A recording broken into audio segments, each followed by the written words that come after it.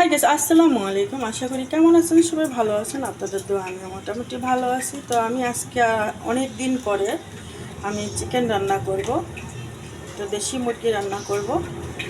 তো অনেক দিন পর, তো আজকে চলেন আমি কীভাবে রান্না করি।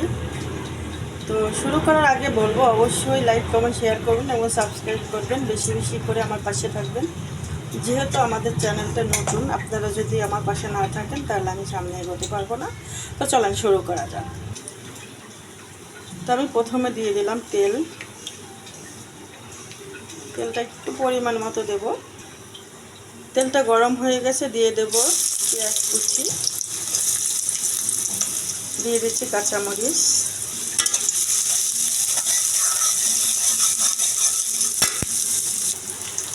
এইবার দিয়ে দেব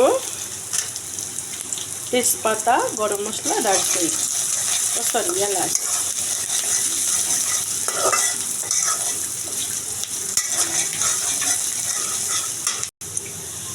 তো আমার পেঁয়াজটা ভাজা হয়ে গেছে, দেখেন। এখন আমি দিয়ে দেব এইটার ভিতরে আছে জিরা, আদা রসুন, আদা রসুন না, জিরা, কাঁচামরিচ, পেঁয়াজ আর রসুন। তো আমি এটাকে দিয়ে দেব।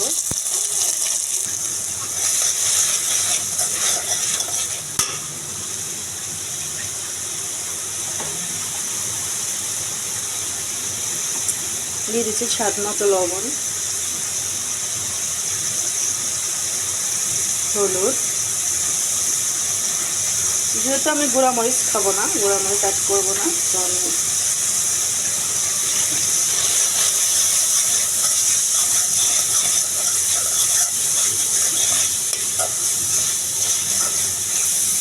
এবার দিয়ে দেবো ব্লেন্ডার হওয়া পানিটা।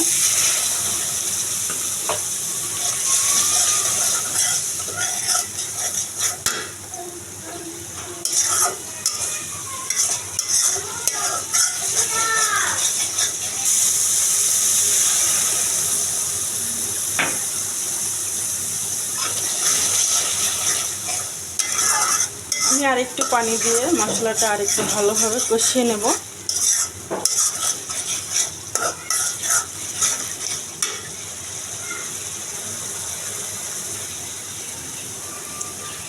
যেহেতু আমি কাঁচামরিচের তরকারি রান্না করতেছি, আমার কালারটা ওরকম টকটক আসবে না, মানে টকটকা হবে না, কিন্তু খেতে হয়তো অসাধারণ লাগবে, কারণ আমি গুঁড়ামরিচ আমরা খাই না বেশি একটা।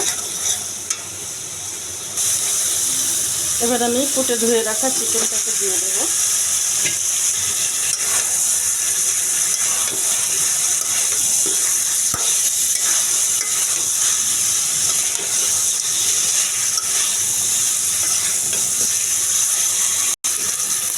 এবার আমি আলুটাকেও দিয়ে দেবো তার সঙ্গে।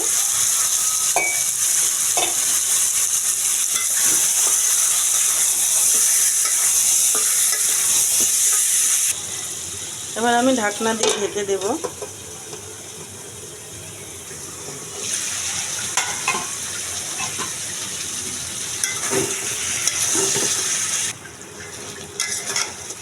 তো গাইস, দেখতেই পাচ্ছেন আমার মাংসটা কষাতে কষাতে কীরকম একটা কালার আসছে।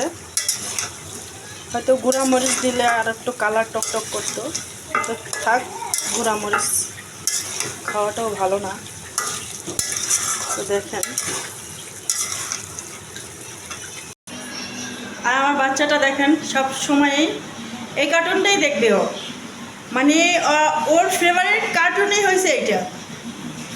তো ওর ফেভারিট কার্টুন, যেহেতু ও ফেভারিট একটা নাম থুইছে ভুতু, এটা নাম রাখছে ও ভুতু কার্টুন।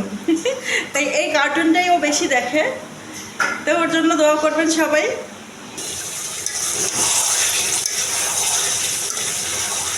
আমার মাংসটা প্রায় সিদ্ধ হয়ে আসছে, দেখেন এখান থেকে মাংস গায়ের থেকে ছেড়ে গেছে। তো আমি এখন পানি দিয়ে দেব। আমি বেশি পানি দেব না, যেহেতু এটা অনেক করে কষানো হয়েছে। তো আমি এখন এটাকে ঢাকনা দিয়ে ঢেকে দেব। তো গাইস দেখেন, আমি হালকা পাতলা পাতলা ঝোল রাখছি। তো দেখেন, কাঁচা মরিচের তরকারি কতটা সুন্দর কালার হবে না এর চেয়ে।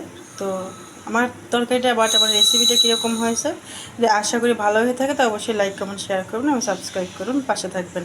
আল্লাহ হাফেজ।